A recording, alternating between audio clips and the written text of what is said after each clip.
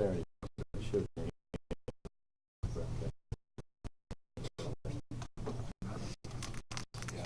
You ready? I'm trying to from BlackBerry and a Mac from PC. Just because I like it. I went to my phone.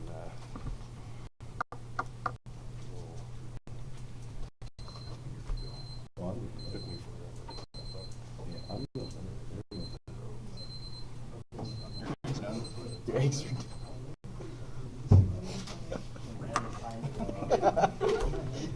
I guess I'm going to start the meeting. Ready? Okay. We'll go ahead and get started. It's 4 o'clock. Thanks for coming.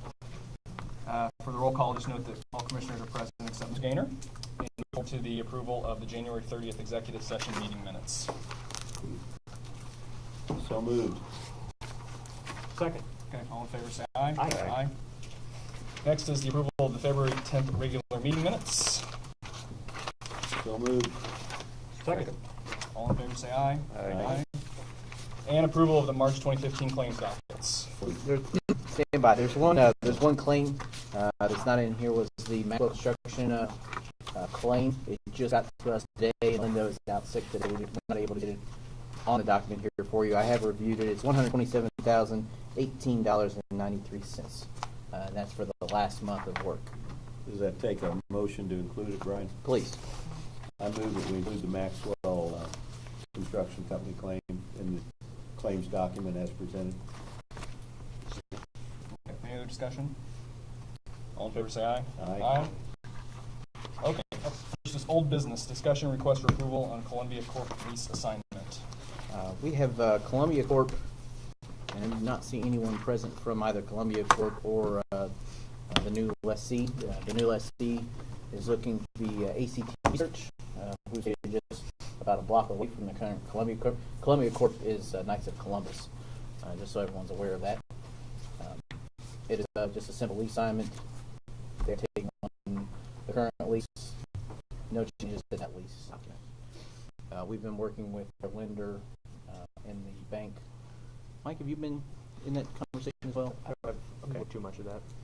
So Lisa Boyd from Meridian, the title company, has approved the lease assignment, and we're set to go.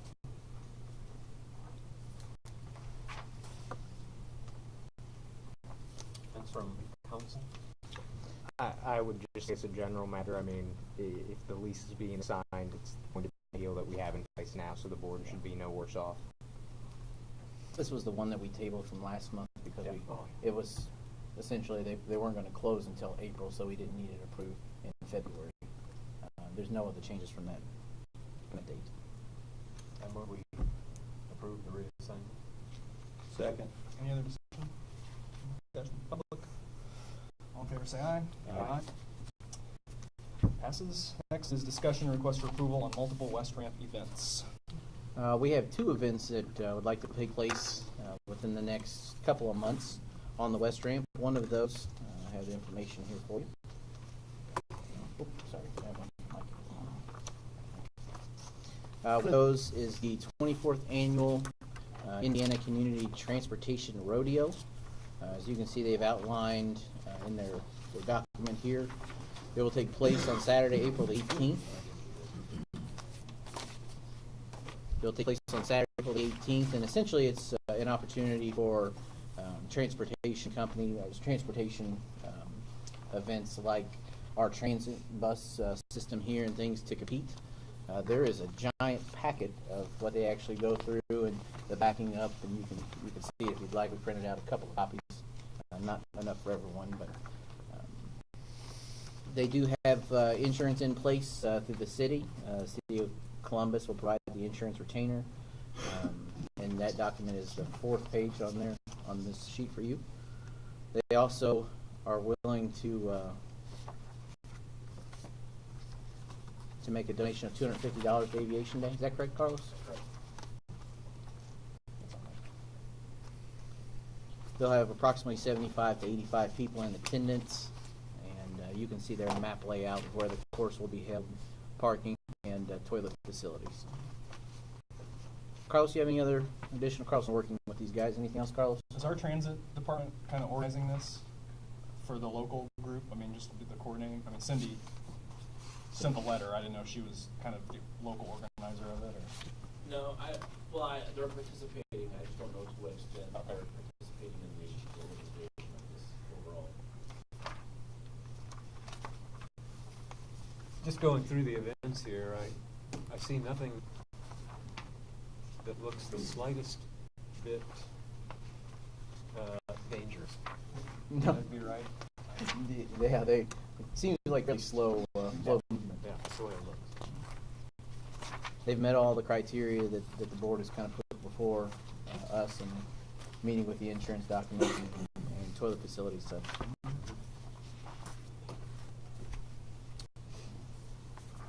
We would just approve of this. Any other questions or discussion? Questions from the public? All the, Mike's, the legal issues are good with all that as far as this event? I think so. The insurance coverage is adequate and Insurance is the big deal, so Yeah. seeing that makes a big deal. The one thing that maybe we want to do is we start to have more events happening out there, is about kind of standard form that's going along with that. We have, I think maybe we have, Checklist? yeah, I got We an older did one, one, but yeah, it was that should be maybe updated as we're starting to see more things happen. I move to approve. second. All in favor, say aye. Aye. Opposed? So approved. Do you have another one? I do. We have, we've been talking with Candace and Christina about doing a plane pool over on the ramp for maybe the last month or two. Christina is here as her senior project, so she's here to report on what it is that she would like to do. I am doing a fundraiser for DSI Emergency Fund. We are trying to have a playing pool here on the west ramp, and we are trying to earn up to $800 to $900. 20 groups signed up so far, so we have a lot of people coming to that. We talked to Brian, and we are going to call the toilet company to get some toilets in. And Candace is talking to DSI about the not the insurance, but the, can't think of the word for it. Yeah, you're right. It's an insurance Yeah, certificate. yeah, my bad. But otherwise, we are going to have food donated there. We asked him if we could do some out there, and he said that's fine. But we were planning on having that March 28th, and it will be at 11 to 1 p.m. They have provided a map showing where they want to be at, but we're still waiting on the insurance certificate He's taking care of that, Candace is. from DSI as the kind of hosting sponsoring agency. DSI will be writing it for a certificate of insurance coverage, and then we're still working on restroom facility. I called him twice, left 2 messages, and I'm still waiting for him to get back to me. I'm sorry, I don't get what's going on. Is it plain pool? Yes, a Poll. Pool. P-U-L-L. Yeah. Oh, okay. Their intent is to hook a rope up to the front Yep. of an airplane. We've met with Tom Jeffries from there in the back, who I assume is still interested and willing to donate the usage of his twin engine aircraft for this event. Tom, you have any? Yeah, as long as they pull from the hangar, no. All the way to the restroom? We're good. We have airplanes there. Again, at this point, they haven't met the requirements that we've put forth. They have or have not? They have not, because they've not provided the insurance or the restroom. And that's the only outstanding item? The restroom and insurance. So we could approve it pending satisfactory completion of those 2 items, right? You could. Okay. Any questions or discussion from the public? I move we approve with the caveat that the insurance coverage is satisfactory and the toilet facilities are satisfactory. Second. And, let's see, Brian would be the Brian would be approver. Brian would be the advocate or the adjudicator. Do we want to give a timeline or a deadline for that? I mean, I assume, you're moving forward as if you're doing it at this point, so we need to probably be by the end of next week. That's fine. Because I would like to have that in place so that we will have a bunch of people showing up without, So that's by the 20th. by the 20th. Second that. Okay.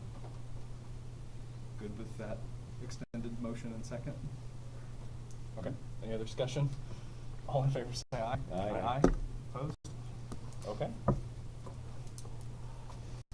So approved. You're welcome to stay or go if you'd like. Your choice. Yeah, the meeting, Yeah, go ahead. Thank you, guys, thank you. Next is new business discussion request for approval of Harrison College sign. Angie had sent a request for the airport board to approve a sign. So I guess maybe going back slightly to that. So the Harrison College sign is currently in the right of way on airport property along Poshart Drive. Due to student housing sidewalks, the sidewalks will go through where the sign is currently located at. With an agreement previously put in place, Harrison College must now move that sign. When they submitted a sign application to me, which I usually sign those off without issue after I reviewed the PUD, I had some concerns that it did not meet the requirements of the PUD. So I told Andy that if she would like that sign, that she can come before the airport board and request that in writing. So Angie's here. Angie. Sure, yes, I'm here, Angie Schaefer, and so really I think that I have these slides for you printed off. I'm going to make it brief though. What it boils down to is whether or not the current sign is meeting the requirements, and I think the motion the current sign has is part of the issue.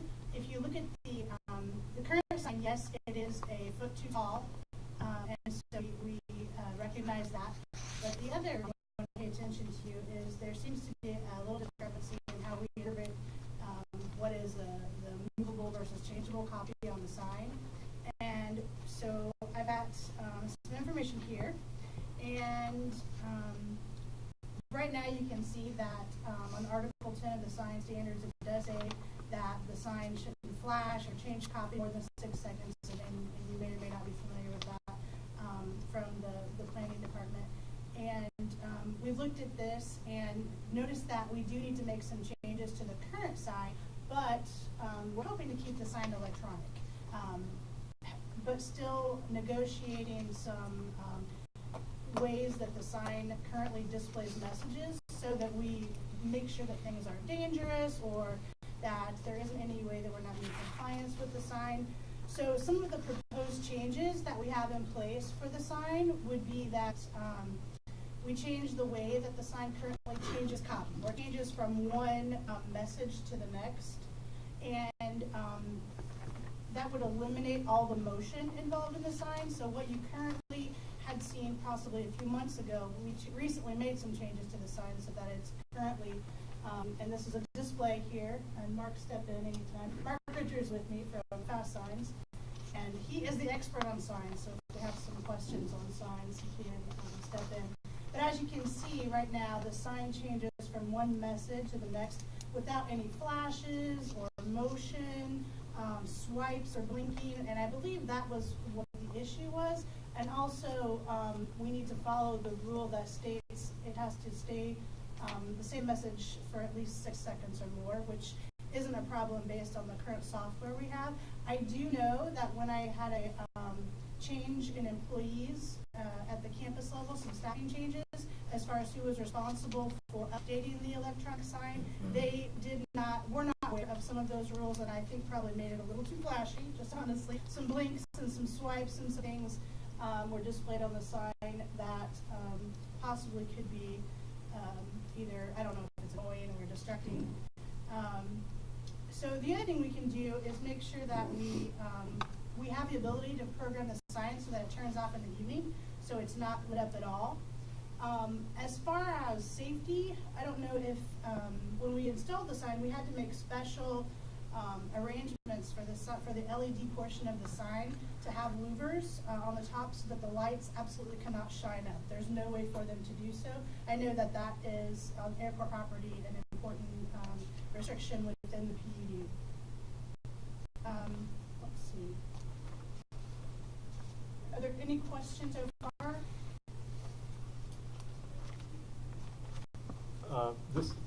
This is Article 10 of our PUD. Is that No, the sign, the planning, this is the sign, this is the city signage. signage? Yeah, what does our PUD say?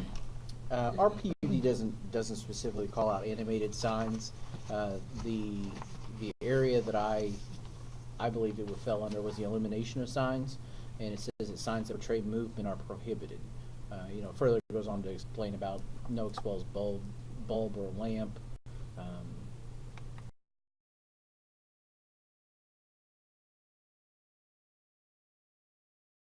Currently is the only electronic sign with any movement or any electronic whatsoever. Everything else is either eliminated externally or internally. Read the again, electronic sentence. well, there is no electronic guideline within our PUD. The movement, right? And our PUD was written. So, let me try and encapsulate the state of the state. The planning department, so because the sign has moved, or will have to be moved, they had to reapply for a signage permit. It's considered a new application. And so the planning department relooks at it with today's standards. There's no grandfathered in like there would be if the sign had been there and the planning had changed around it. Planning that and basically said that from their point of view, it meets the criteria of the PUD as written. So in planning's opinions, Say that again. planning reviewed the sign. No, the part about if it has to move, it's considered a new sign? Yes, according to the planning department, because of the fact that it has to move, it's considered a new sign. It's not grandfathered in from their perspective. I asked Jeff Bergman about it this morning when I saw him, just to kind of get his, if this was other area in the city, the movement of this sign triggers, a review and goes through a formal process. And it does here as well, triggers the review and went through the process, and they reviewed it in accordance with the PUD, which is our planning standard. But they are agreeing to not oppose it, correct? Planning? Yes. Correct. Planning says that this sign, the new sign, which is really the old sign with some changes, but the new sign fits the criteria of the PUD, and therefore it's approved by them. However, that would be the end of it in most cases, but because this is on airport property, there's another say here, which is the airport board. And what Brian's saying is he does not feel like the sign meets the intent of the PUD, even though it may not necessarily be spelled out explicitly. It goes against what we intended to do, and so that's why it's here. For our decision as to whether it meets that intent or not. If we have a restaurant, a gas station, whatever, a new tenant comes on, what will be, electronic signs are not an issue. It's simply the element of movement. Is Well, that correct? that's up for debate. I mean, as it stands right now, if a gas station came along and wanted to do the same sign, same type of sign, they could, because it's allowed by the PUD, right? Planning would say it's okay. It would still come before us to make final approval, but planning would be okay with it because it's of this. So as long as it doesn't have the movement, like it's what's spelled out there, they're saying that electronic So or not, it's fine. We're not calling messages movement, correct? Well, I think that's up for debate if we want to or not, but planning says it's not. Okay. You, as the airport board, as owners of the property, have the ultimate authority to approve signs or not, I'm regardless trying- of what the PUD kind of I'm says. trying to look forward to new tenants and Yeah. what discussion there will be. I also realize, in my mind, there's still a grandfather issue here. So I see a couple of different things here. One, we could say, we feel like it should be grandfathered in, but we don't feel in general electronic signs are the way we want to go, and in the future we'll update the PUD to reflect some different type of And you're verbiage. saying electronic versus illuminated, right?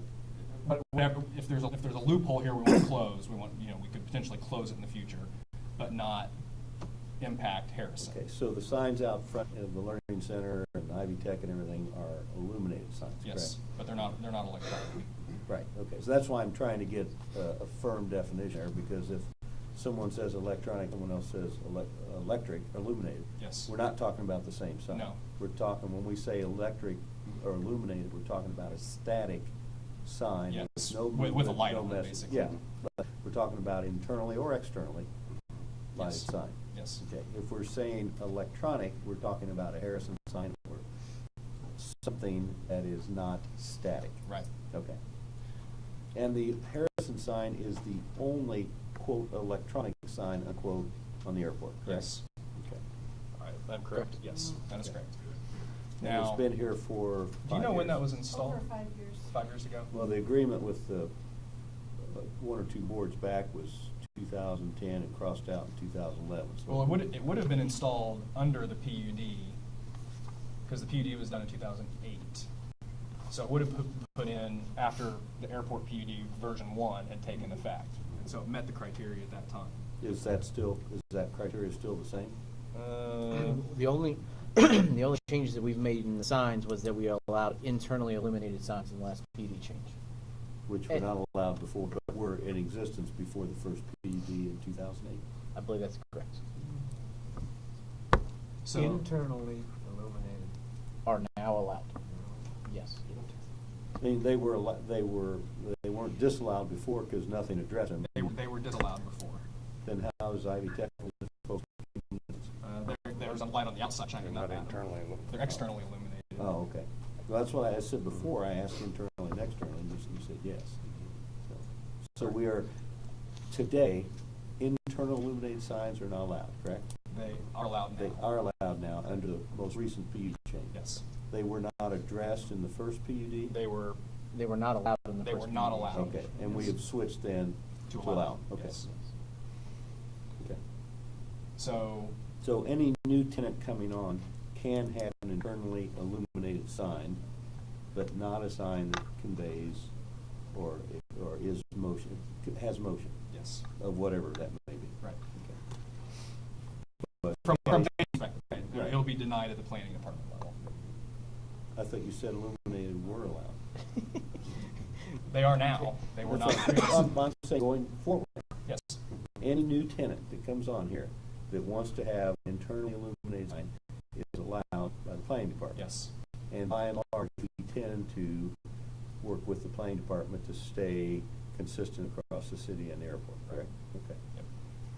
That's not to say that in the We future. have to, but, Right. So a planning department could approve a sign that we disapprove Right, because right. there's some reason why. Right, And this would okay. fall in that criteria. okay.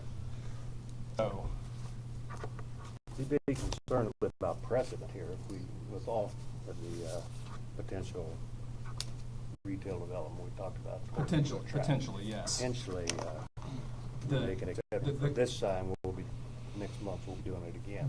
The question would be, if we did make an exception for this Right. sign, do we want to close the loophole, Yeah. or what we perceive as a loophole, so that there is not a precedent being set, and then you don't have to worry about it in the future as a possibility. Since it's a new sign that doesn't meet our PUD, I don't see, It meets the PUD according to plan. yeah, but not ours, not the airport. Well, I mean, Yeah. that's your opinion, your Yeah, my interpretation. interpretation, Right. because of the movement portion of it, yeah. And, you know, as we were going through the PUD, I think had you have recognized that planning saw it this way, I think certainly I would have gone ahead with directly spelling out that electronic sign not allowed, because from discussions we've had in the previous airport board meetings or what have you, as well as discussions I've had with other property tenants on our property, is that they didn't feel that the electronic sign set what it was that the airport board was trying to do, either at the time of this, or since then. So had I realized that I would loophole when we did the PUD. That's a I statement of read it. taste. It was, not, yes. Not of safety. Correct. Yes. Yeah, there's I don't foresee any safety issues regarding this. Well, from an aviation side. Well, I can tell you where I'm at. I've gone back and forth on this in my head a lot, and I don't know why I think so much about sign, but I have, and yeah, I understand. I think that as a PUD document, we should be a little more explicit And if there's something specifically we want to allow or disallow, and, you know, this comes across our desk and we in the future don't want this type of thing, we need to spell that out as a revision. However, at this point, with the fact that planning's okay with it, I have absolutely no problem grandfathering this in my, you know, what I would call grandfathering in from the airport's perspective, as it's pretty much the same sign, it's just forced to being slightly moved. The only, I guess, issue with going forward with that is that if for some reason something has to change in the future, planning's going to deny you, you know, after that point. So you just have to be prepared for that. But I think the rest of the board can weigh in on. I'm in agreement with you. I think the issue here to me is grandfather. I have no concerns if someone else wants to put a lighted sign, the answer is no, and change the PUD to be specific, and a new tenant comes on. I mean, as far as I'm concerned, it's despite the circuitous path that this has arrived here, I still think it, in my mind, falls under a grandfather. I'm agreeing with you. And I don't have any concern. I don't have any concern about setting a precedent by allowing this sign to continue in place. But I would not vote for any new electronic or movement type signs. Are you saying you would rewrite the PUD, and under the rewrite, this would not be allowed? If Harrison College came to us in the future and we had changed the PUD and they wanted to do this, it would not be allowed. And Right. But what about when a fast food restaurant goes in down here? Well, that's why we'll change it to PUD. That's why we changed the PUD. Because in essence, were this sign not here, if this sign didn't exist, or if the sign had not been placed in the right of way and wasn't having, we would be having a discussion. Right.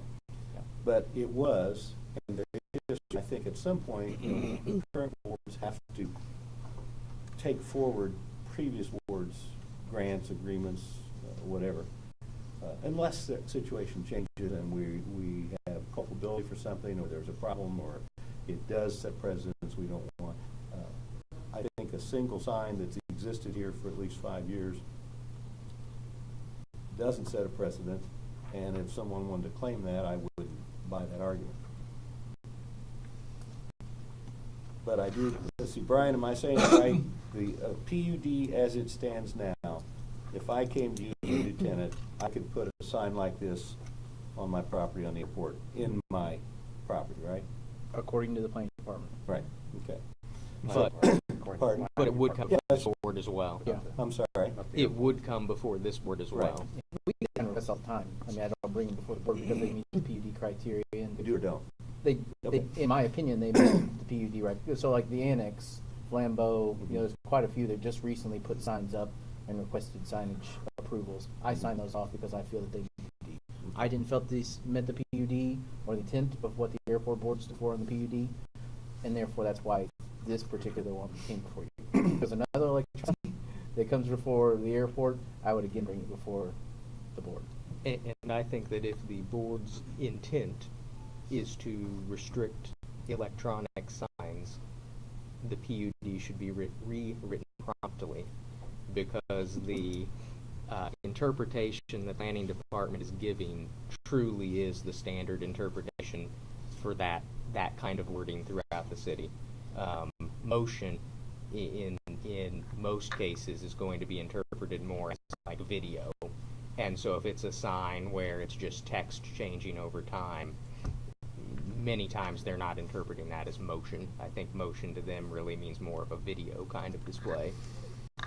Can we as a board set something, because I don't think anyone being the planning department or the airport is interested in changing the PUD again right now.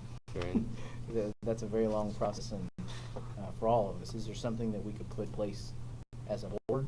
We could make a resolution. The risk that you run if you do not amend the PUD is that the next person that wants one of these signs is going to say, well, it's the same rule, and you interpreted that rule this way for one person, and you're interpreting it differently me. Now, there are some factors here that are unique because the sign's been there and how it was moved in the agreements with the prior board.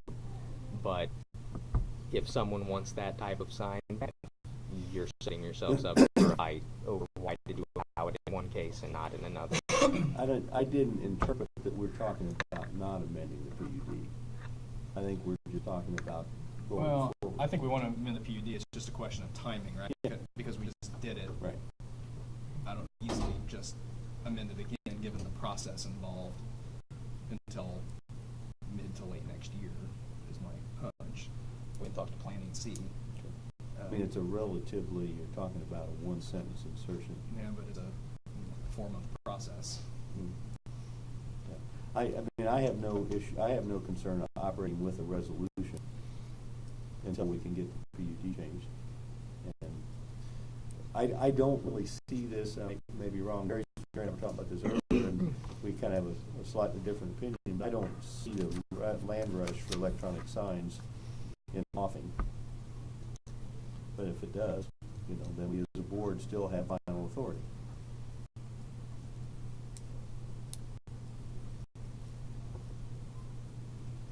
Mr. Combs? No, I don't think it meets the intent of what we want this sign with the movement and electronic or whatever you call it. And since it's a new application, I would say that we should do it. It meets the intent and probably not even the define a movement, right? But it is an electronic sign that moves. And I don't think that's the intent of, or we wouldn't have had discussion earlier on. Boards had this discussion about this, so I would say, and I don't, the grandfather, it's a valid argument either, personally. You want to say this? I'd like to go ahead with the change in the PUD, and it seems to me that we have to approve this. Any discussion from the public before we put it up? Okay. What kind of motion needs to be made? No, what's the phraseology? What's the phraseology? That we approve the Harrison College request to move the sign in its new form? Is that the motion that needs to be made? I think you're not just approving the location, but you're approving that sign with the electronic component and all aspects of it. So If that's we're approving the current sign in its physical redesign. This Physical dimensions. shows the new sign and new location. So you're basically approving, Yeah, the very last pages. you're approving the location and the format of the sign Off the right of way. off the right of way. Okay, I move that we approve the new location, movement of the sign to the new location, and the reconfiguration of the sign to fall within PUD specifications. Is that the proper verbiage? So we can have a vote. so you're saying allowing the Yeah, sign. I'm saying we're approving Harrison College's request, providing it move out of the right of way and does not exceed the PUD specification, physical specifications.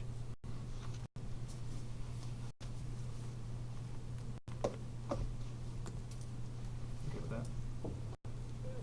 Or someone else, feel free to reword it. Well, why not just approve it as presented by Angie with the 6 second, with the exceeding 6 second change? Leave PUD out of it. Well, there's a whole slew of Yeah, changes in here, so maybe we should just, So as presented.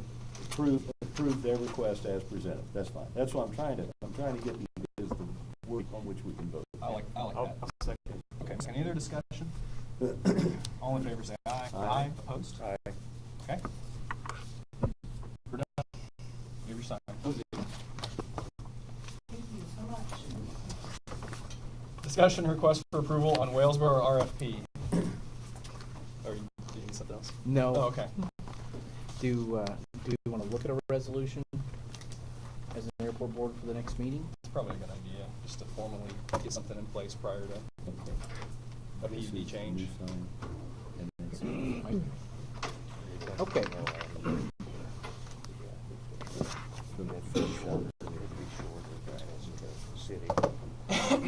All right, we have been discussing the Wellsboro RFP. The Wellsboro RFP for quite some time. This is for the sale of what we currently have as the Wellsboro property. Doug Jaco and Jeff Luxman have been working on this, and I'll turn it over to Doug for presentation.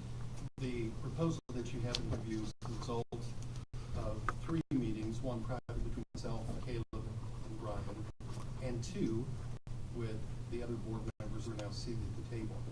The change that we made in this current document that you have before you is the end result of those meetings with all of the comments that have been made and all the changes requested. What's our goal for this is for further some discussion today about this RFP and possibly your subsequent approval of it at some point. What we want to do today is be able to have this have some discussion over it. And of course, that's Jeff Logston here is the guy that puts this all in. So I want to be able to open up that discussion at this point.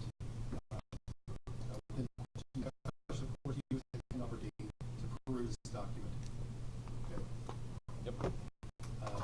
So I would ask you then, and if you could, if there are questions or comments, any changes or discussion points that you'd like to discuss, if we could move from the beginning of the document to the back of it, that may facilitate the conversation.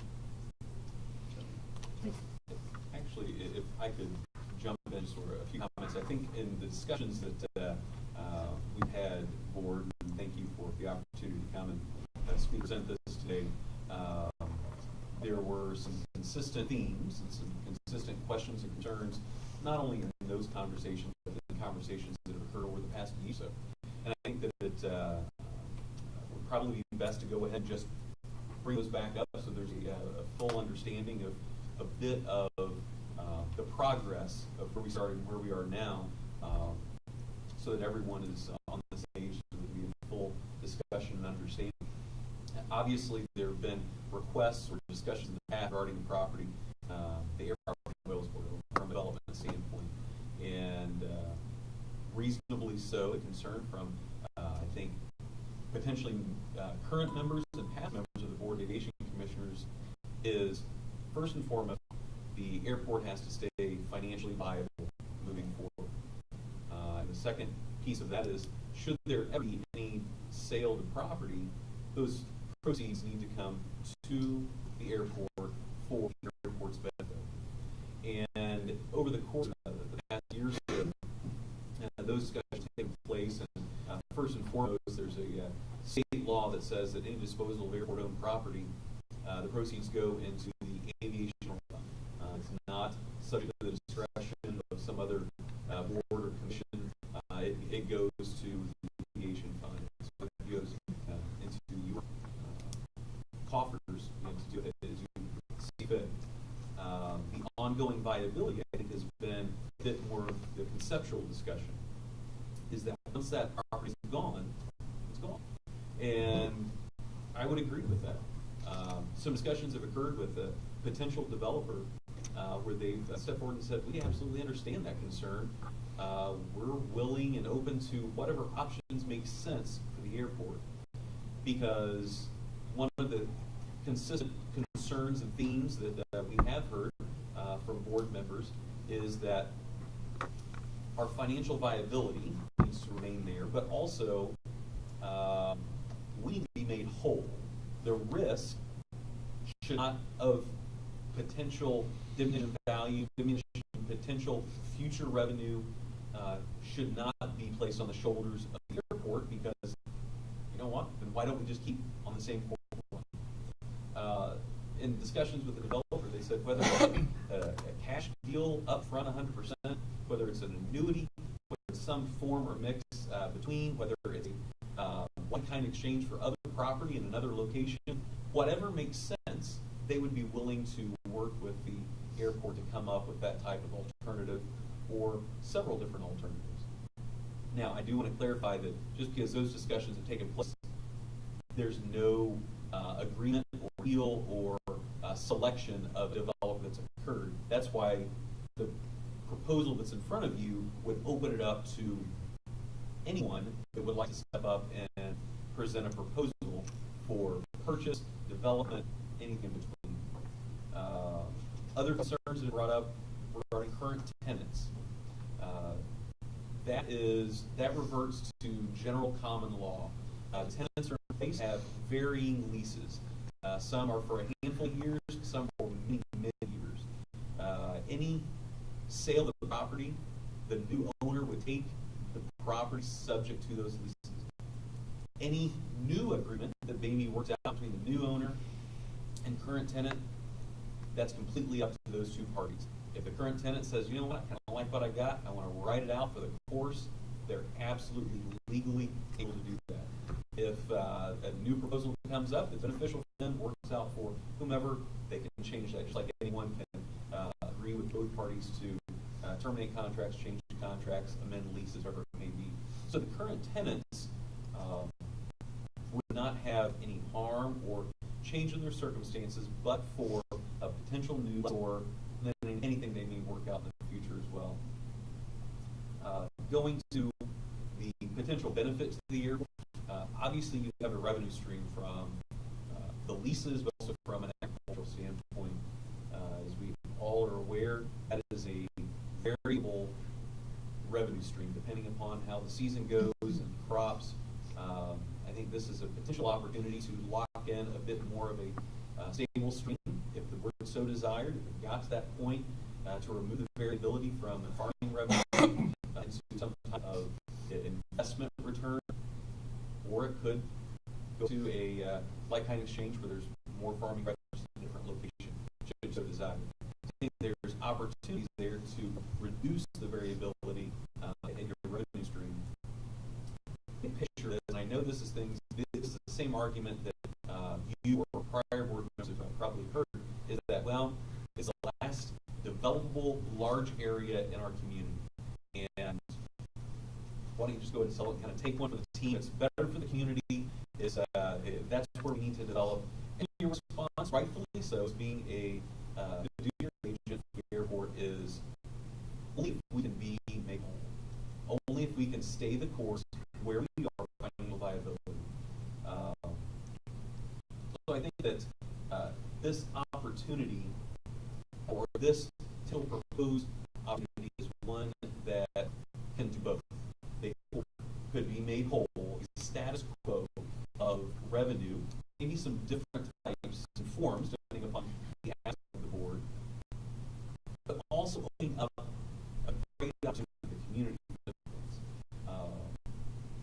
Columbus is a community that people are looking for, and there are some great opportunities for development in this site that could become real pretty fast, depending on the process that worked out. But once again, at the same point, the airport whole, financially viable, with little to no risk involved for you.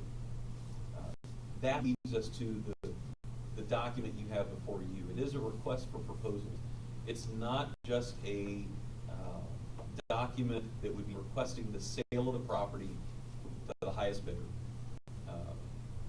Concern with just going through a standard land sale disposal process is high bid gets it no matter what.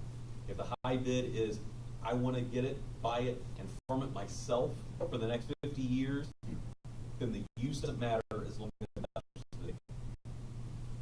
the RFP, or request for proposals process, takes into account the price, but it also takes into account who is stepping up in their proposed use, because we are looking at a little bit of both sides here. Benefit for the board, benefit for the community. And the whole reason to go through this exercise or to have the discussion would be for the greater benefit then as well, from a development standpoint. So the request for proposal process allows a few more criteria than just highest dollar gets it. Hopefully, both line up, but it's the highest dollar and there's a great development use. If not, that's time for future discussion as well.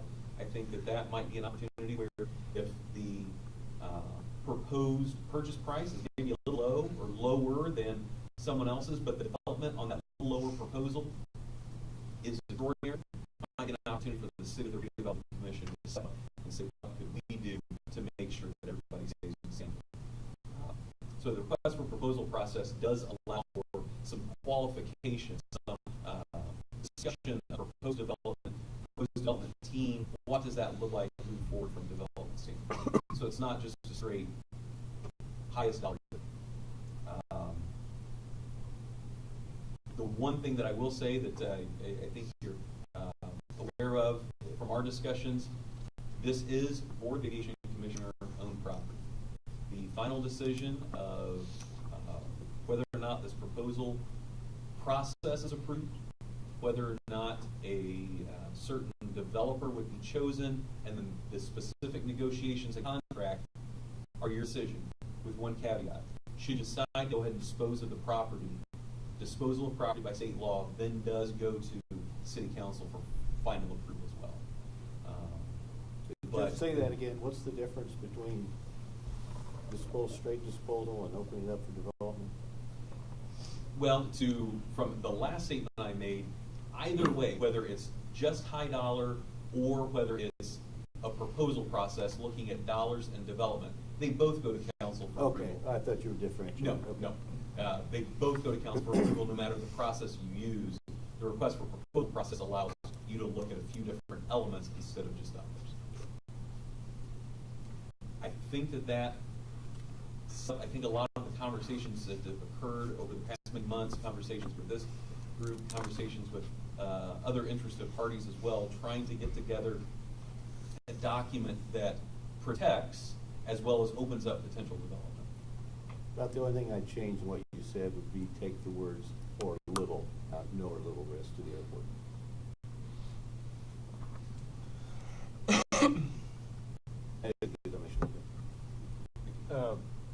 Regarding risk, it seems to me that one of the big unknowns in this is the 100-year floodplain issue.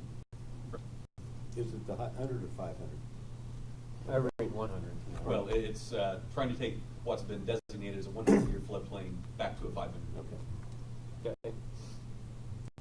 If I were a developer asked to bid on this with that giant unknown there, I'd get to move along to the next property someplace. Well, absolutely, that raises a good point. The property's been appraised currently at certain portions in the 100-year flood, because that's how it's currently designated. However, the difference in value, you start out with the appraised value, not taking that into account, the potential remediation cost to correct that, make it developable, and that does reduce the price that someone would offer. However, Doug is working with our planning department, with a consultant, taking a look at that. Not that we are trying to take any property that is rightfully in a designated floodplain area and move it out just for an administrative purpose, but truly looking at that to see if it is in a floodplain. And from the modeling we've seen and discussed with DNR, there's a high likelihood that that area should not be designated as 100-year floodplain. What that means from a proposal standpoint, and that was one of the modifications made in the agreement, or made in the request for proposal document you have in front of you based on our conversations, is the request would be for any developer to submit a dual proposal. Should you buy the property in the current condition in the 100-year floodplain, this is what we're willing to pay. Should, based on actions of the city, and DNR, and FEMA, that designation is removed, we understand that that's a savings to us. It increases the value that our proposal then, at whatever mechanism would be put in place, a potential future payment, additional monies owed, whatever it is, that it would revert into a secondary appraisal, or secondary value, or secondary offer. That Yeah, and I would just make the statement again, if I were a developer, I'd look at that and I'd say, this whole thing's too complicated. I'm not sure how this is going to turn out. Right. I agree with Dennis. I think we've got things out of order here a little bit. I think having resolution of the floodplain. Was it 500 year before and it switched to 100? I mean, something has been restudied lately, right? Well, it was the new maps that FEMA issued Okay. in, Before 2012, was it a 500 year? I believe so, yes. Okay, so something has changed, and until that's resolved, it seems to me that a lot of this discussion is really premature. Because we don't know what the value impact is going to be. We can speculate and postulate, but I don't think that's wise. When could this be clarified? The clarification between the 100-year and 500-year, what's occurring now, we're looking at up to a year. Because there is some modeling that has to occur that will be running with the blessing of DNR. There's been those conversations. DNR then would give a final approval, and then it would be approved by FEMA as well. So anytime you're dealing with state, and especially the federal government, you're looking at this in time. So I would say probably within the next year. We're in the process at this moment of taking before the Redevelopment Commission a proposal for the remediation, taking it out of that zone altogether by the Land and Water Development. So probably as soon as next meeting, we will be submitting that. And then with DNR's blessing and the benchmarks that they've given us, we've been assured by them that following their methods and procedures, that there's a very high likelihood that they would approve in 90 days, but it would probably take a year to get around to redesignating the site. There's nothing to stop a developer or the redevelopment commission or anyone else from trying to go out and acquire land and setting up like-kind exchanges in the interim, is it? Well, it would be the unknown on their part. No, I'm talking about like-kind exchange. I'm talking about farmland somewhere versus farmland down there.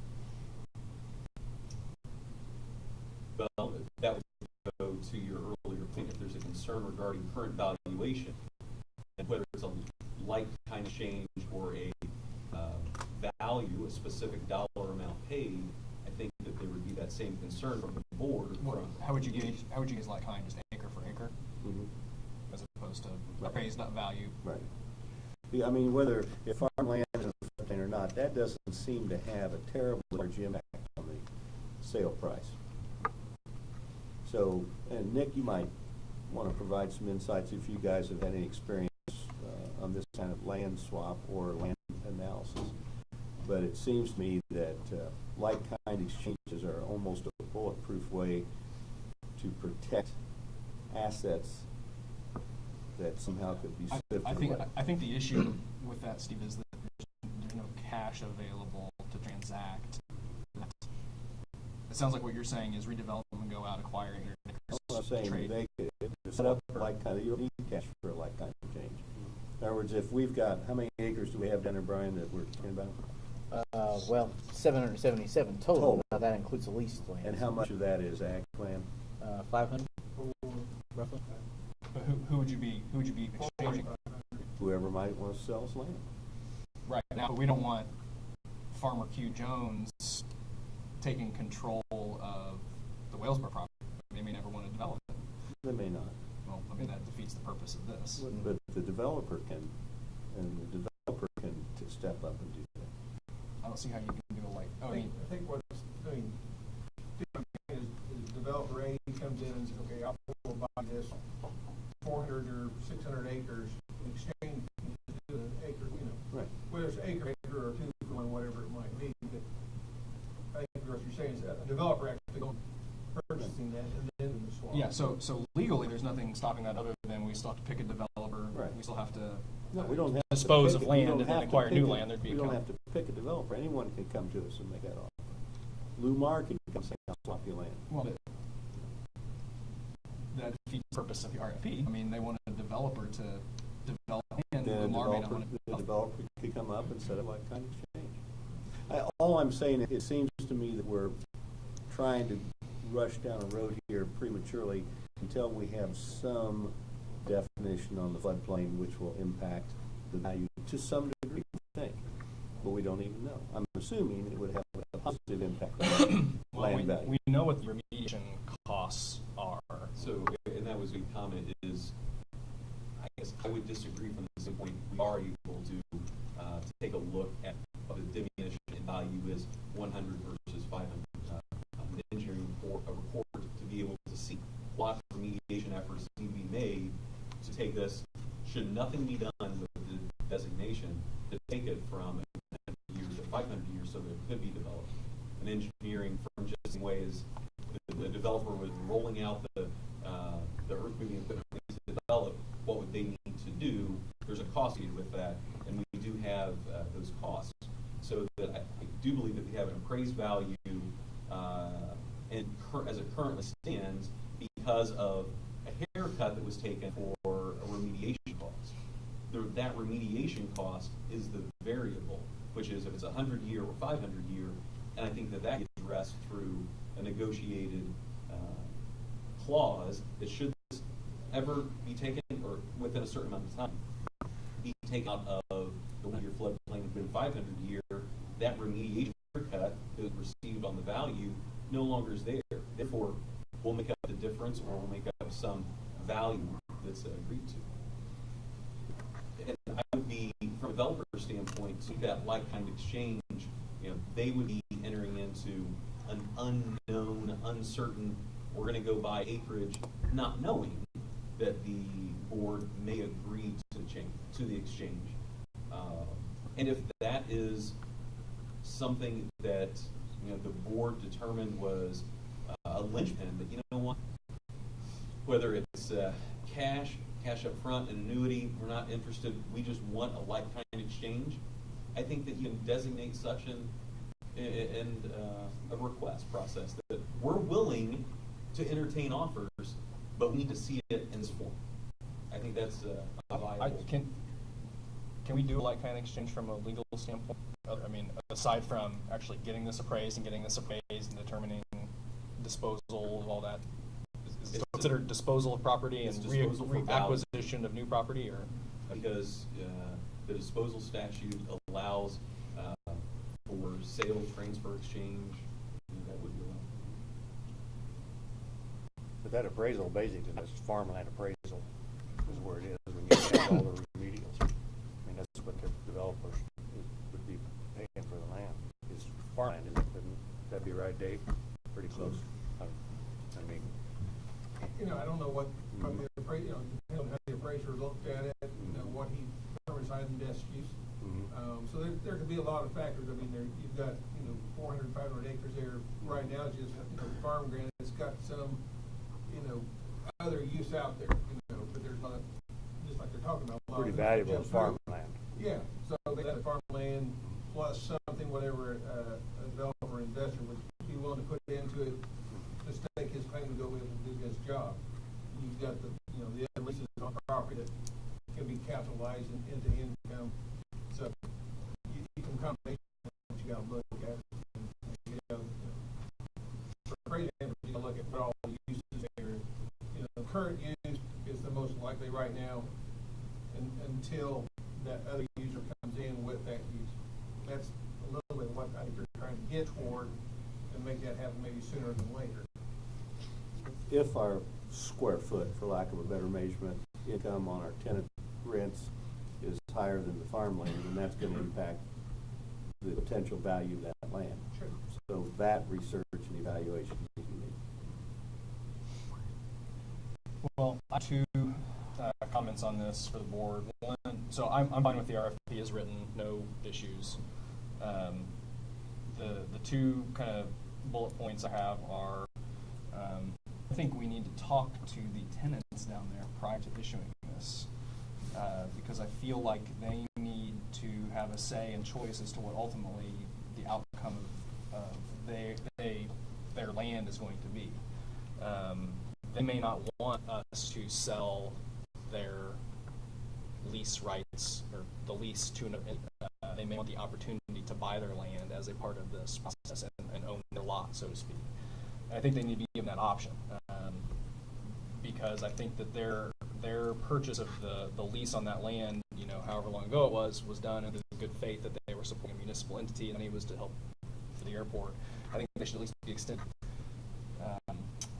the information about what's occurring and find out about it in a way other than maybe reading about it in the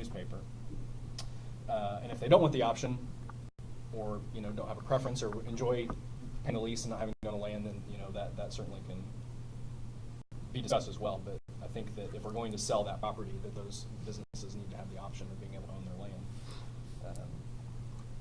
As a result, doesn't necessarily affect the RFP so much, I don't think, other than I'm just kind of throwing out there for the board. The other one is in terms of the proceeds of a sale. This isn't really, we can decide what the ultimate outcome is based on the RFP process, but again, I'm very wary about cash in the bank. I think that the one-time payout is fine in the sense that it goes in the general fund from a state statute standpoint, but there is also state statute now and departments being able to transfer money to other departments, right? So, in 5 years, there could be a very different group of people sitting in this room, and there could be the whim that, roads need to be repaired and new fire trucks need to be bought and the airport has too much money. We should have the board make a generous transfer to a department. So I think that it doesn't do as much good unless we had some really big capital project we wanted to spend. And then we're also at the whim of city council, who has to approve the expenditures and fit within a budget and all that.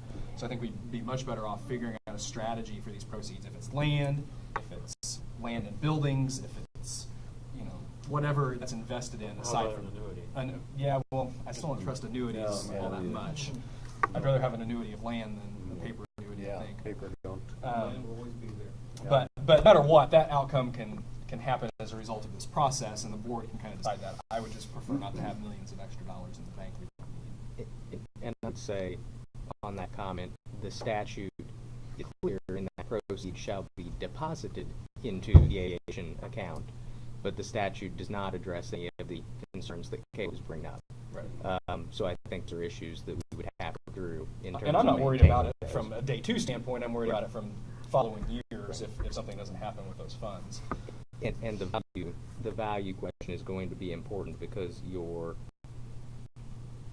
this is everyone is here because this property is inherently more valuable than just 800 acres of tillable farmland.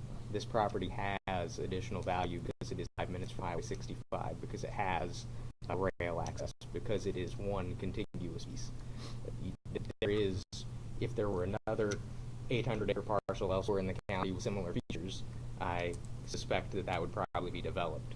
So that appraisal process is going to be very important to make sure that it does take all those into account and doesn't treat it just as 800 tillable acres. Doug, are you anticipating that redevelopment will have to invest money into the, say it's out to a developer, or it's going down the road, that the developer will request incentives from the city to actually build out infrastructure and all that? I mean, is that an anticipation? Okay.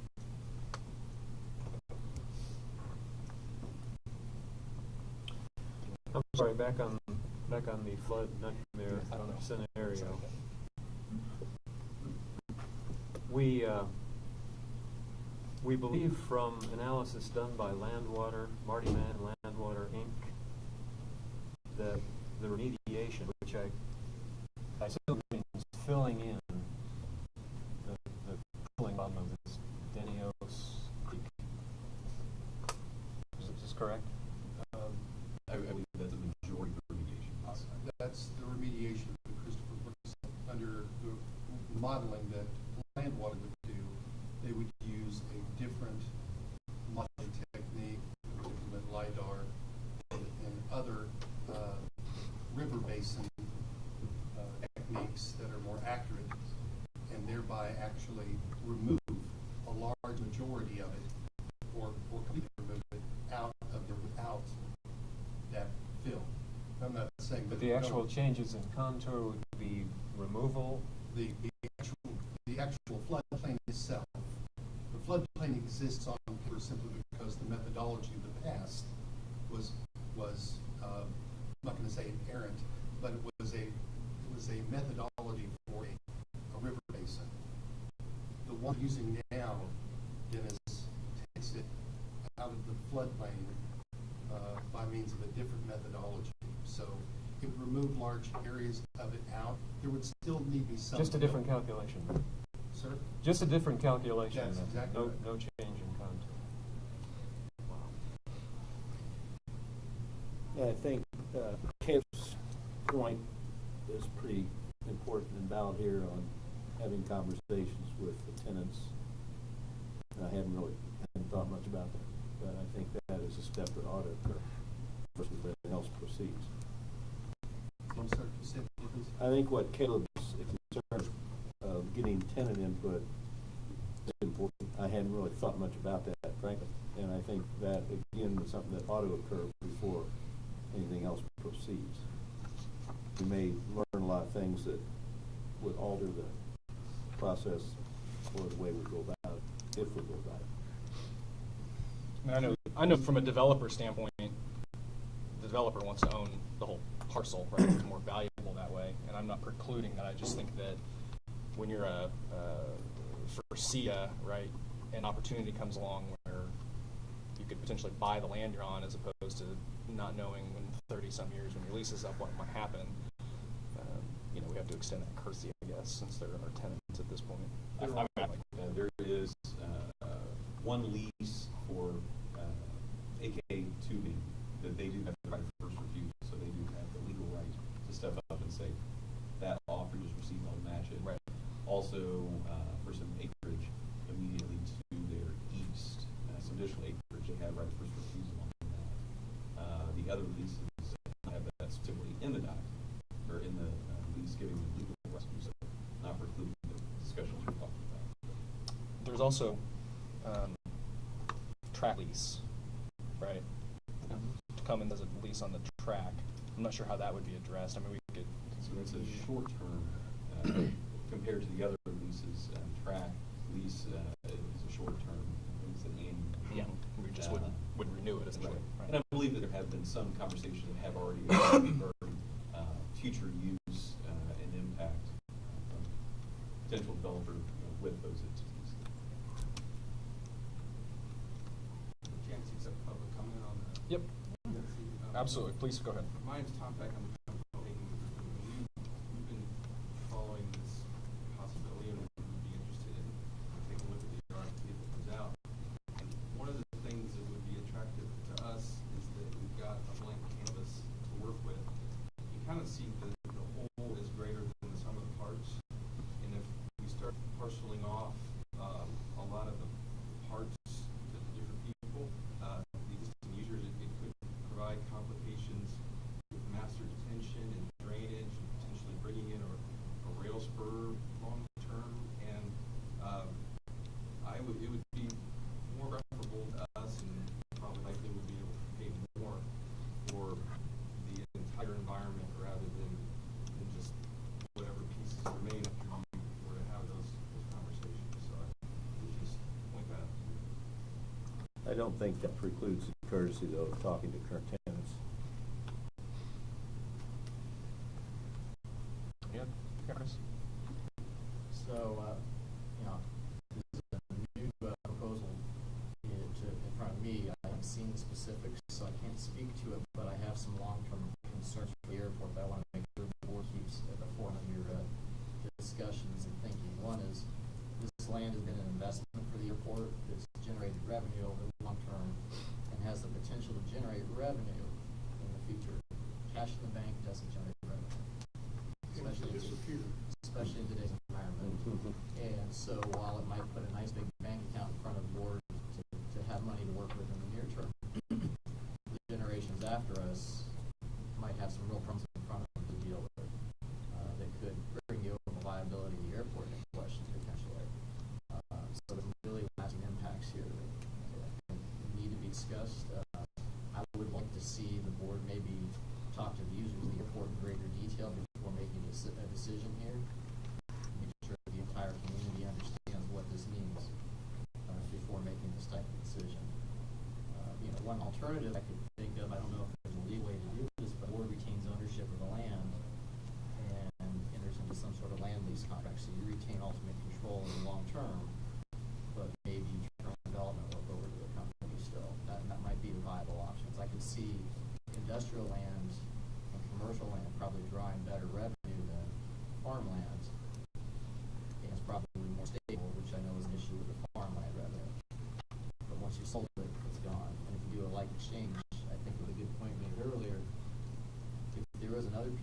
and of similar size in Caruso today in Bartholomew County or the area, somebody'd already be working on it. Mike? I probably consider it a second to what Chris has said. A couple of comments though. One, in the like exchange, you're going to have to, if you want to get farmland in exchange, you have to figure out what Garcia and AK are paying in terms of their lease and what that equates to in agricultural income. And so you 4 acres for some, and you got to determine larger number of acres to come out whole, which is somewhat complicated.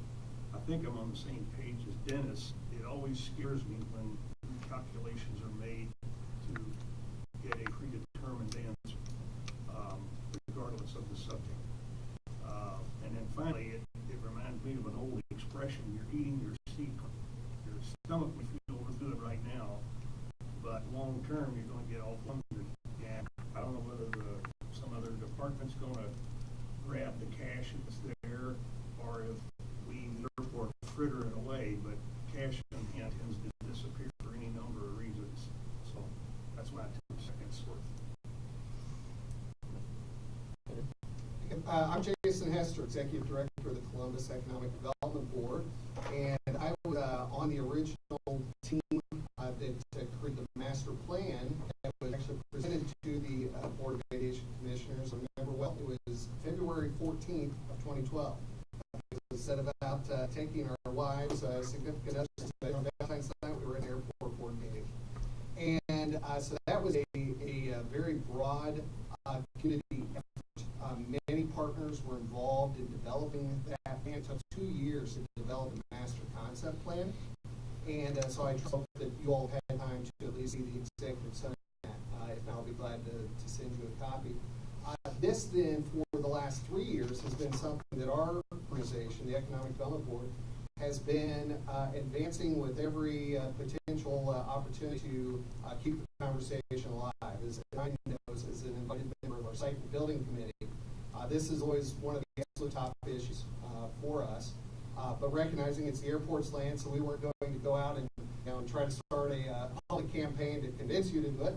We just wanted to be here to say, hey, here's the information, here's what we're seeing. This is a great opportunity for the community, for the greater good, but also at the same time to be good for the airport. So a couple responses to the comments so far. So I've had conversations, just so you know, I've been a part of a conversation with Forcia regarding their current use of one of the tracks, one of the old runways as a test track. Also with folks at Cummins. I'm not saying I spoke with Mr. Linebarger. I'm saying I had conversations with those who use the facility. Some of the folks within real estate as well that would have concern about the lease, etc. So I think some of the conversations have in fact happened with current leaseholders. As was pointed out, any sell or transfer of the land will be subject to the terms of the leases that exist. So whether they're writing the check to the airport or they're writing the check to the new person, their lease is still locked in for as long under the same terms it has been. So the opportunity is to do something better for those existing major employers, those existing tenants that are there, but also allow the community to see a development that would happen that could result, if we just look at the Woodside Industrial Park area, and we just overlay that in this area, that could be 4,000 or 5,000 jobs for the community. So that's why our organization is enthused by the prospect. And that means a stronger economy. It means more companies using the airport here, etc. So that's one consideration. The other is if, and Kayla, I completely agree with the sentiment of, well, let's talk to, for instance, Forcia, if they'd like to buy the land, give them the first shot. The only consideration, or one of the primary considerations with that approach, something that Mr. Loxton mentioned, which is if it goes to best use, so let's say Forcia says, well, yeah, well, there where they sit, if they buy their land and so the runway, well, that it eats up, it's an inefficient use of the land. So it would essentially block from coming from the south into the interior of the park to have a full development, to develop it into an industrial use. So if it is sold to foresee as is, they just say, sure, I'll take that, I call dibs on it, here it is, we'll buy the land. That will affect the highest and best use of that park, which means less investment, less jobs, less economic impact. The better, higher and best use, let's do something that takes care of Forcia, that takes their, and again, I'm talking about their North American R&D Center with test track uses. Take care of Cummins, who uses the other runways track. Do something bigger, better. Let's take care of them and attract other North American R&D centers, for instance. So those are some of our thoughts. We would definitely be enthused and applaud you for issuing an RFP, because you're not being asked to make any decisions tonight. You're being asked, would you ask for a proposal? You request proposals, and if you don't like the proposals, then let the attorneys correct it. But no one's tying your hands saying you have to add one of those proposals. You just put out an RFP, see what comes in. If you don't like it, then wait a year and see what happens with the flood situation. But in the meantime, we are, as a community, we're losing opportunities. I had a conversation today about some land. They need shovel-ready land. We're looking for 40 acres, and we have a deficiency. We need shovel-ready land. And so the airport is in a terrific position to be a solution. Thank you. I got 40 acres if they want to lease.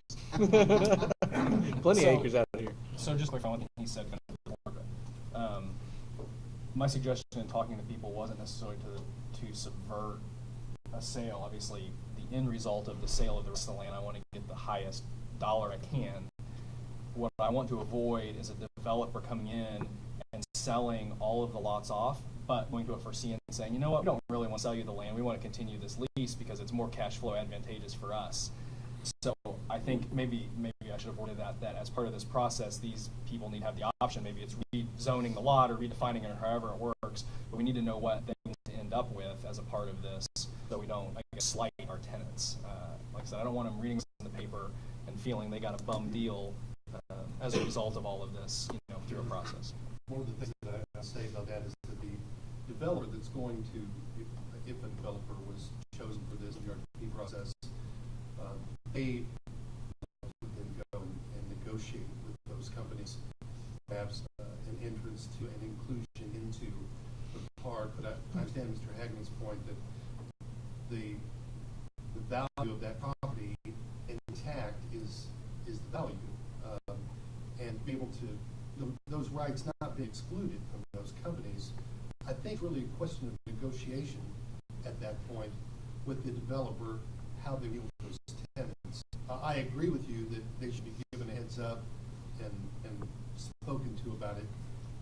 But I would argue that looking at this, and as you've been able to look through here, the opportunity to formulate this RFP to any type of request that you wish to make to a developer is certainly available, including, I would think, some type of like-kind exchange.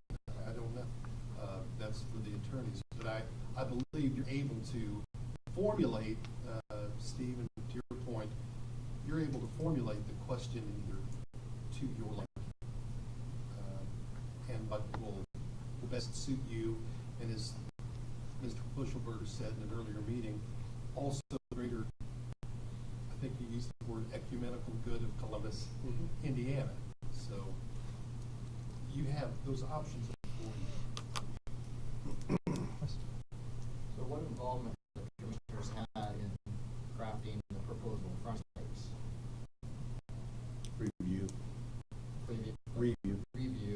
Preview, and review. but you have not actually helped craft the document that's on there now. Well, yes and no. I mean, we view this, I view this as this, the brunt of the work of doing this does not fall on us because we could care less about selling the land. So we're putting all the work, or Development Commission, who puts on Doug essentially to do all of the work. So he's done the legwork of putting this together and saying, how do you like it? What do you want to see? You want to see change? All of that. And we're trying to just take the sit back and do thing approach as opposed to putting much effort into this from a work standpoint. So I think maybe that addresses that. There's work, and then there's the thoughts and will of the board and fiduciary responsibility to make sure the question is asked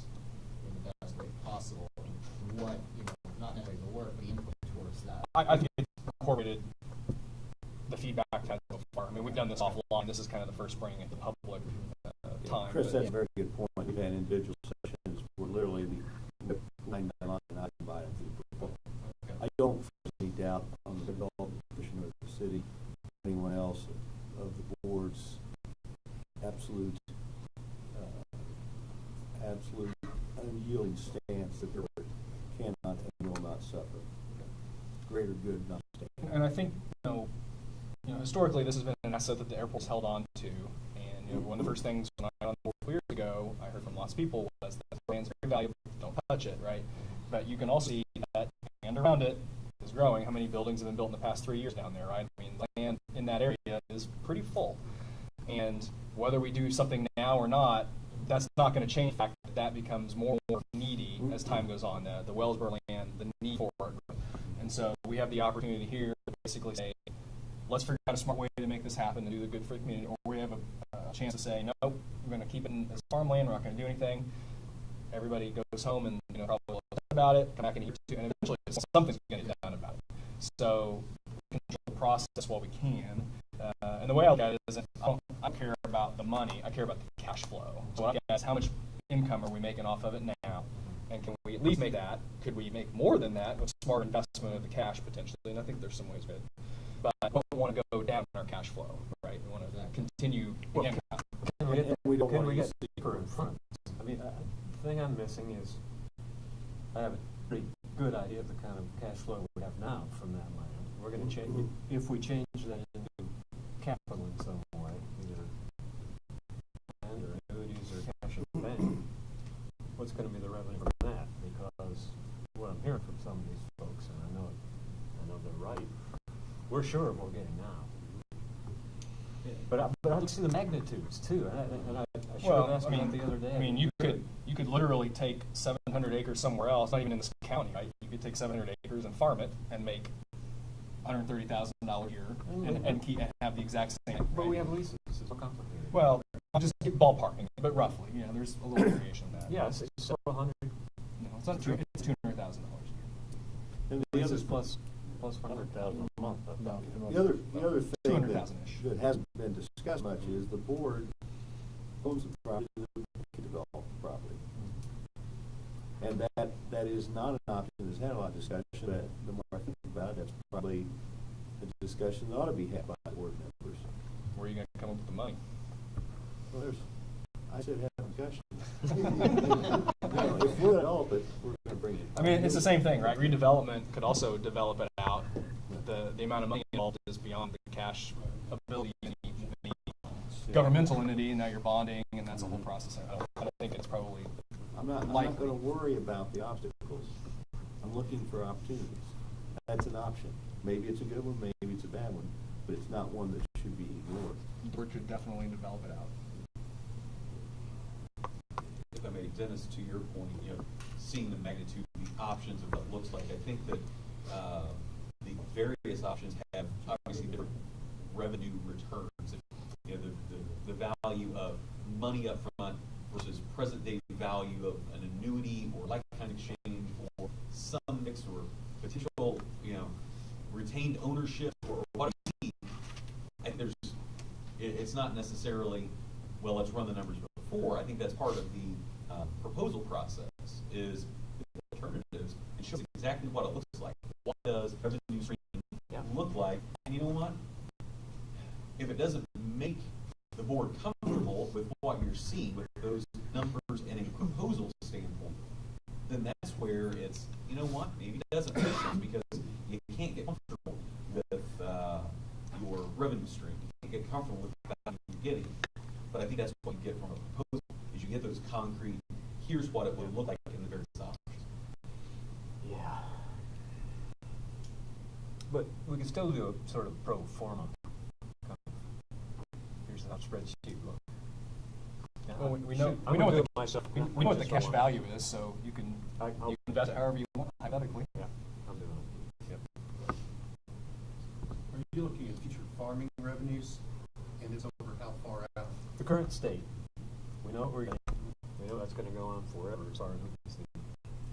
Versus a couple of options that might happen as a result of this. Including what kind of return do you get on an annuity?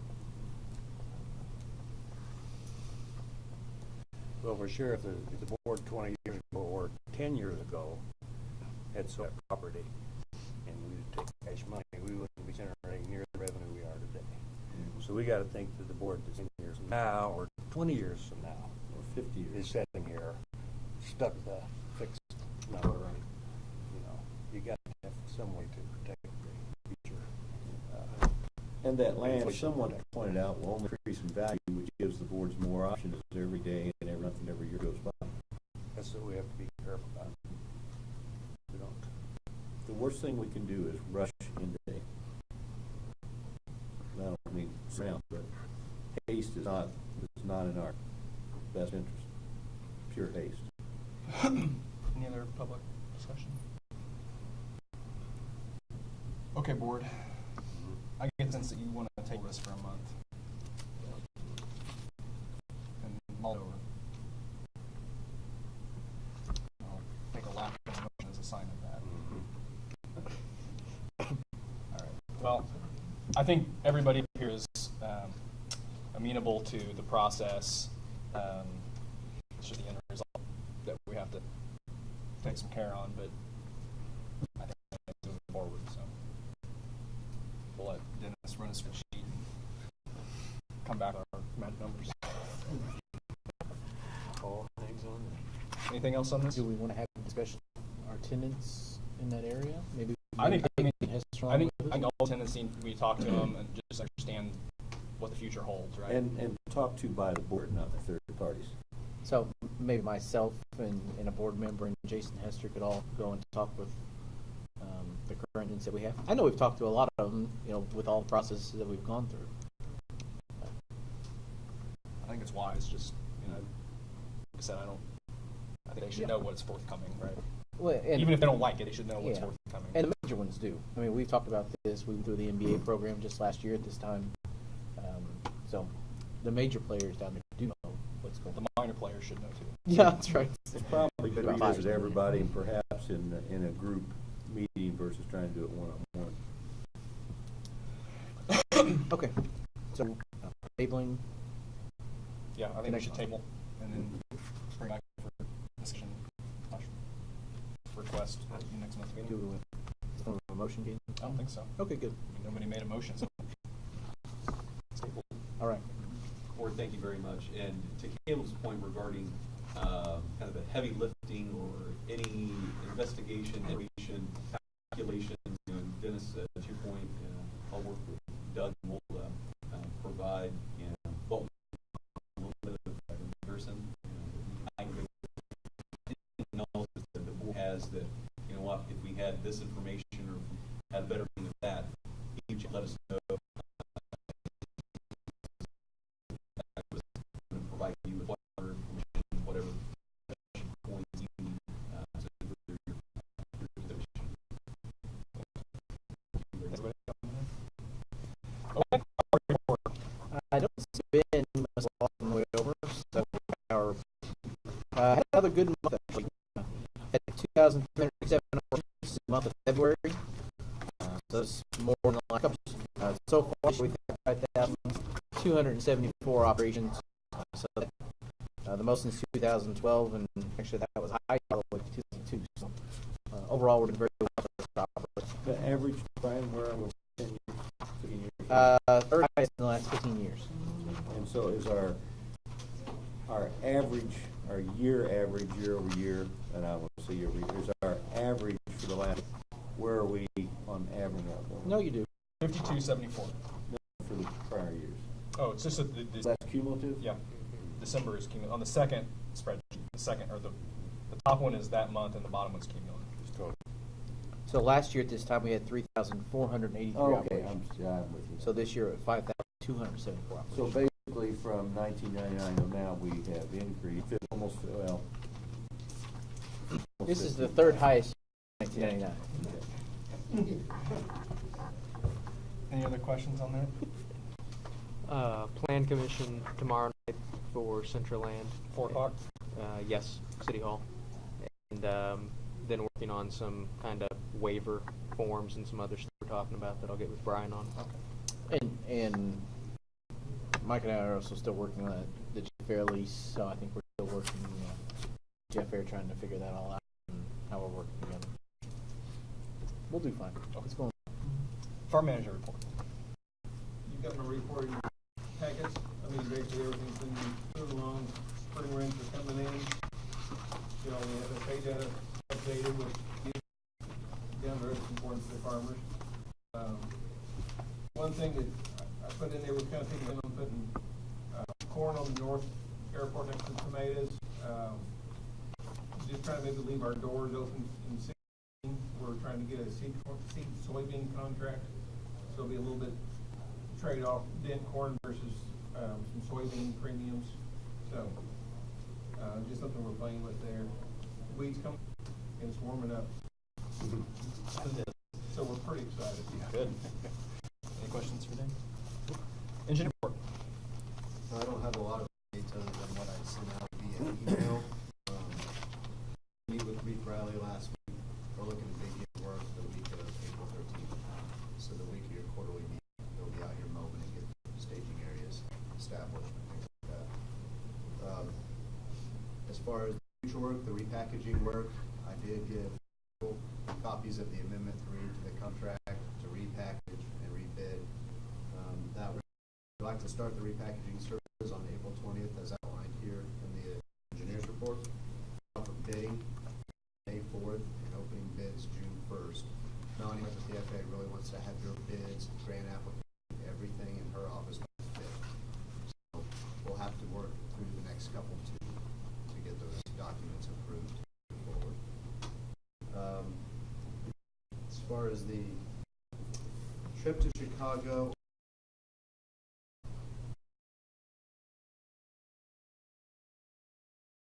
he's going to sign. We're going to send out to the Timor District, Mr. McClellan, in regards to interstate signage. And I don't have the specific mile. UPC and I signage on 65 southbound and northbound lanes, trying to get close to the school airport. Above those, obviously those two schools are on airport property. I've been working a lot with the state to try to get that. So letter needs to come from staff and Brian's those out. Everything else is as stated in previous report, unless you have questions. Highway signs. Yes. You said exit 7. Okay. Heading south. Okay. And at 550. I need the exact. I can't remember now. I think it is 550. Yes, it is. On the south side. 550. There's one 550, but there would be one at that. That's a highway as well, so we have to request that. When it turns in, you see the airport sign, that's a county road. Yeah. We're okay with that as an issue about whether it was okay as a truck route. On the 550. All I'm asking for, at this time, all we're asking for is 65.